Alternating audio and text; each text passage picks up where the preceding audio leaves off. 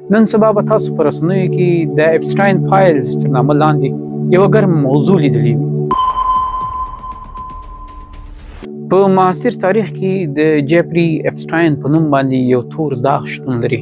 جیفري اپسټاین یو شتمن امریکایي مالي سلاکار و، خو د څېرې تر شا د فدرالي تورونو او عدلي دوسیو پر مټ باندې یو توره څهره پیدا شوه، چا چې د کم عمرو نجونو استثمار، قاچاق او یو منظمه شبکه په واک کې درلوده.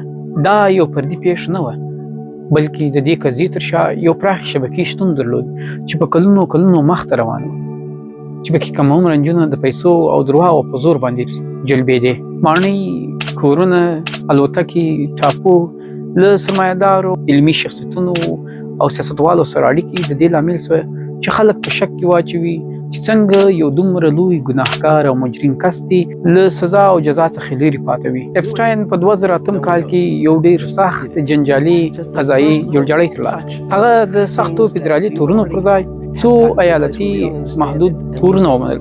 شاوخوا 14 میاشتې بند یې کاټ کړ چې د همدې بند باوجود هغه ته زیات سهولتونه ایجاد وه. خو د 2008 کال د بند د کاټېدو وروسته اپسټاین خوشي سو.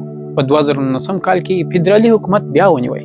دا ځل جرمونه د کم عمره نجونو د جنسي ځورونې او قاچاق په سطحه وه، او ګمان کېده چې پیښه په یوه ځای کې نه دی سوې، بلکې په بېلابېلو موقعیتونو کې ترسره شوې ده.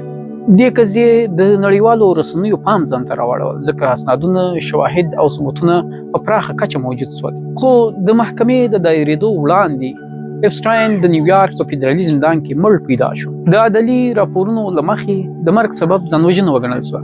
خو د عوامو خلکو قهر او غوسه لا هماغسې ګرمه وه، ځکه دوی فکر کاوه چې د اپسټاین د مرګ سره سم به ورسره ټول ثبوتونه او شواهد مړه شي. خو بالاخره په دې وروستیو کې د اپسټاین فایلز په نامه باندې اسناد رسنۍ شوي دي، چې په نوموړي اسنادو کې تصویرونه، عدلي دوسیې، شواهد، د الوتنو ټکټونه او حقوقي ثبوتونه خپاره شوي دي.